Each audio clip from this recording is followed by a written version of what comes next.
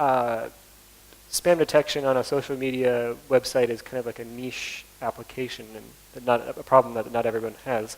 I'm going to kind of emphasize some of the software architecture philosophies behind it and behind other platforms, software frameworks that are being worked on in open source right now, because I think they represent a trend in data analysis, more specifically streaming data analysis. The architectural ideas that are going behind these projects are doing for streaming data what Hadoop has done for batch data processing. I've been a backend engineer on SoundCloud's trust, safety, and security team for about 2 years now. And one thing that I've been thinking about a lot in this last 2 days is that I guess for me, data processing is a good thing. Because I know that if I'm doing my job properly and sensitively, we are protecting our users from harmful content, from malware, from scams and spam messaging. So I think that, I guess this kind of work is proof that we can use data for good. Previously, I worked in cognitive science research and brain-computer interface research. And also, Sketchy isn't only my project. There have been other contributors to it, including engineers from SoundCloud, Ronnie Keto, Michael Bruckner, and Esther Schneeweiss, among others. So what's the problem that we're trying to solve? The central problem can be posed in the following question. How quickly and efficiently can we draw aggregate inferences from large streams of related events? So on a social media platform, for example, we could have like posts, views to those posts, and follows.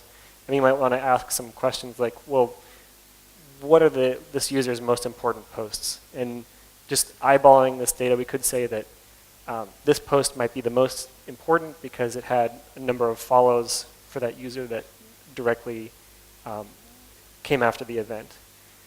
And this is an easy thing to do for a few users. It's an easy thing to do in kind of like a batch thing. It could just be an SQL query. But doing it from a continuous stream of data for a platform that has lots of data could be like drinking from a fire hose. So we need to think about it a little bit longer and a little more carefully about how we do these things. So looking back at the central question, I'm going to emphasize the quickly and efficiently and the large streams of related events. What is the kind of overarching design philosophy we've taken it's called EventDriven Architecture. And EventDriven Architecture emphasizes the following points. That it's near real time, so you're processing events as they happen and returning whatever kind of response that the software is going to make given that input as quickly as possible. We're only going to process the data once, so we're going to do it in linear or sublinear time. And we're going to operate on small incremental sub-goal results that can be reused. I've actually kind of mixed up these bullet points, but the point of the breaking the problem down into these small incremental results is that we want to be able to reuse these events wherever possible. So we broadcast them out to whoever's interested in, and we don't have to do the same work twice. We also are going to create complex events by adding content. So you're processing these fine-grained events that are happening in real time, but you also want to incorporate information about the broader context in which they occur. And then finally we want asynchronous pipeline parallelism. So how do we do big data, quote unquote? Parallelism. It's all about parallelism. So we're going to parallelize it as much as possible. So how do we implement EDA? One way of doing it is with what's called an event processing network. An event processing network is represented as a directed acyclic graph of the following components that you see there. And I'm going to go through each one, one after the other to describe it. I guess important going back to Sketchy, Sketchy is an event processing network that implements event-driven architecture. We use it to prevent text and social graph spam at SoundCloud. It's open source, so pretty much anyone can use it. And And we've written it as a flexible library that's adaptable, so it's not just us, it's not just a total niche case. I think that it's applicable to lots of different, it would be applicable to lots of different companies who have text-based and graph-based, social graph-based spam concerns. And many components are available out of the box. So for doing things like junk text classification, so like basically like how you have in your spam filter in your email, we have a similar component that comes out of the box for that. We do batch and bulk processing. So if you're getting lots of similar texts, even if it doesn't look like spam, we can detect that, among other things. And I'd like to also emphasize that it is battle tested. We do use it in production, and we do ingest many sensitive event types at SoundCloud with Sketchy. Okay, so now I'm going to go through the components of an event processing network. The first component in this directed graph is the event producer. So event producers take information, be it JSON or some other kind of like a protocol buffer or whatever, and take that information and push it onto the event processing network. And then once it's taken from the, once it's produced in a representation that can propagate through the event processing network, it's pushed onto an event channel. Event channels route events through the network. So event channels can take events from multiple producers or event processing agents and then route them to multiple consumers or event processing agents. Event processing agents contain the main business logic of the application. They can do one of three things. They can enrich events by adding information to them from external data sources. They can transform these events into complex events by adding things in from the context. So just, I'm going to get into that in a little bit more detail, but it's basically contextual information that can transform an event. And the last thing they can do is detect patterns in those events.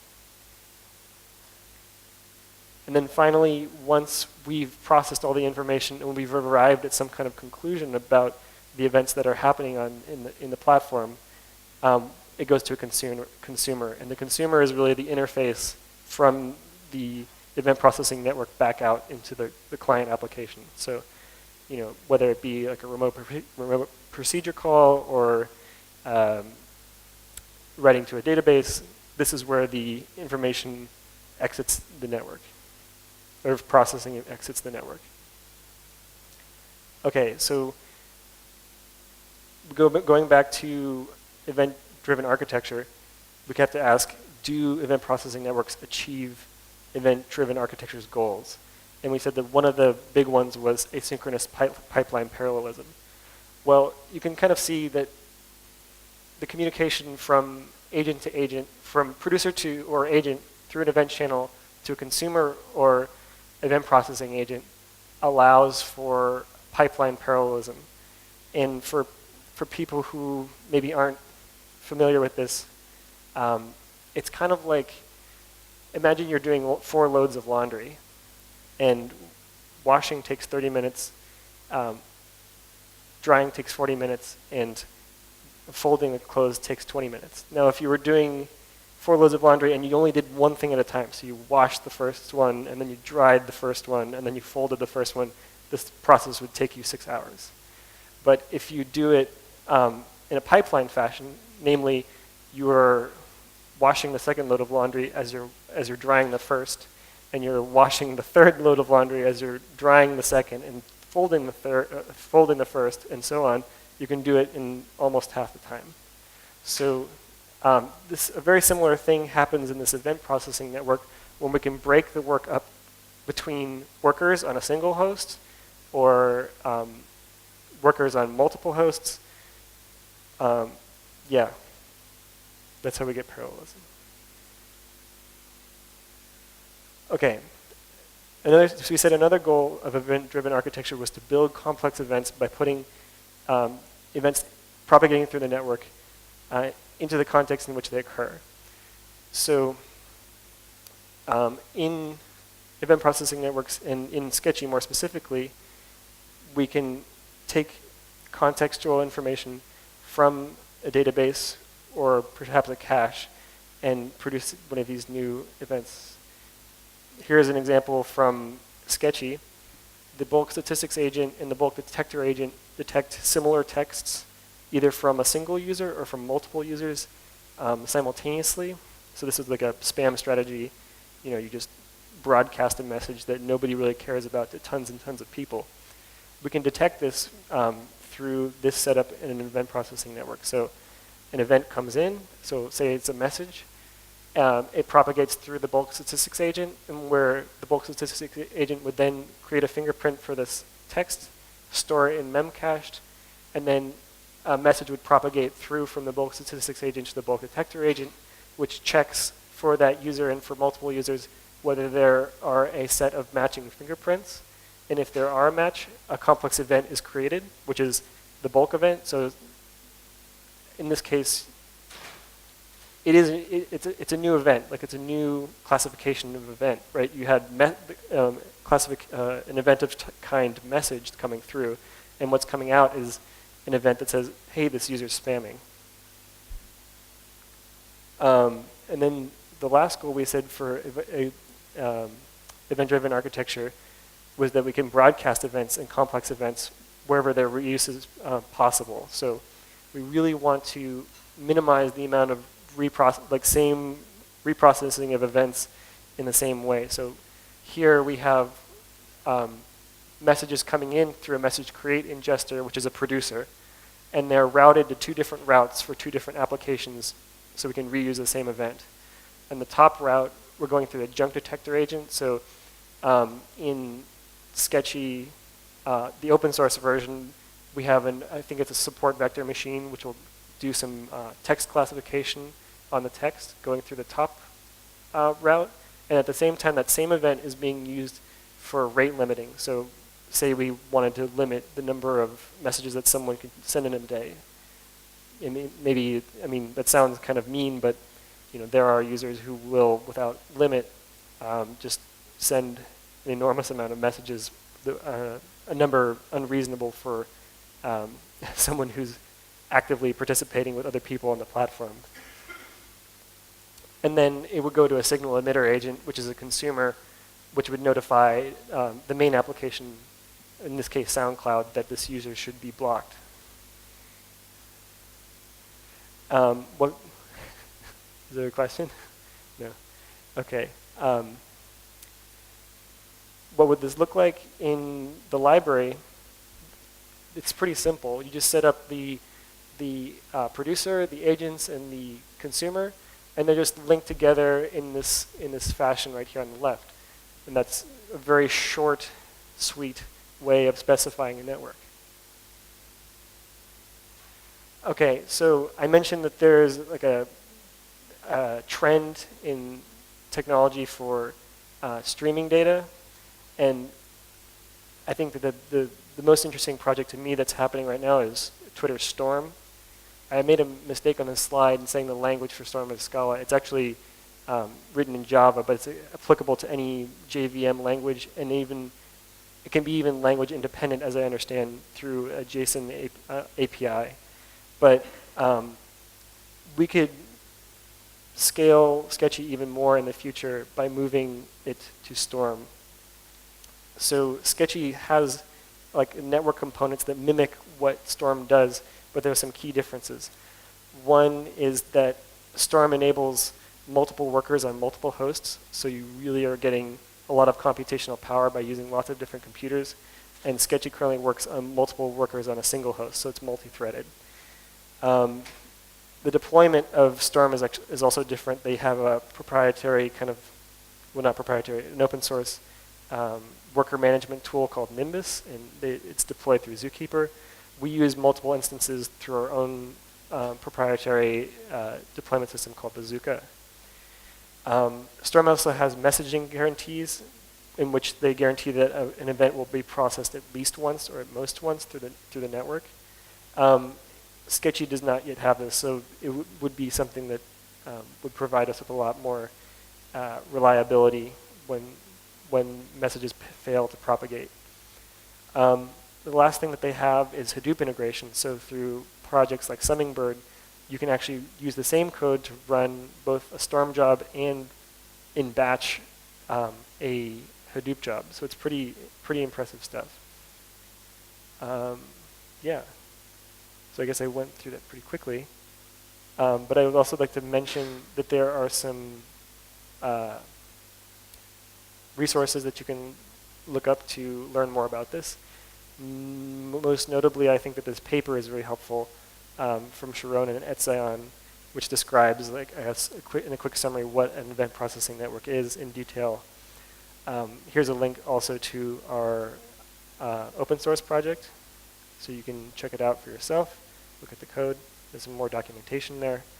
And then there's also a great paper on Storm and its use at Twitter on the bottom. And there's also the, I've included the incubator site from Apache for Storm. And that's it.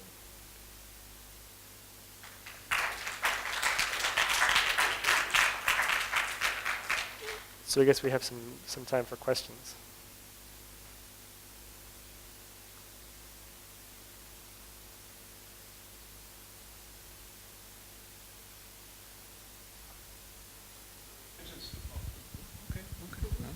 You don't have to run. So you mentioned Storm. There are other things like Samza that are available. Is there a reason why you decided to go with a kind of homemade solution for this?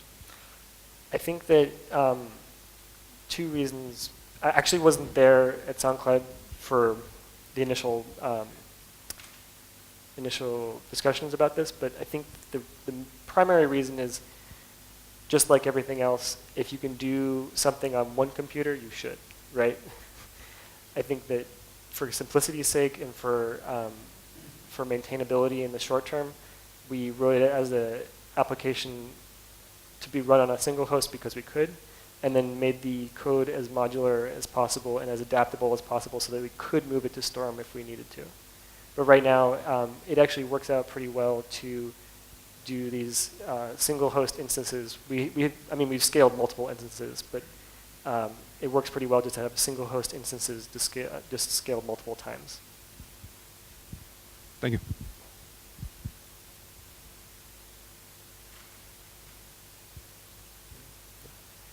Okay. Well, if there's no other questions, thank you very much.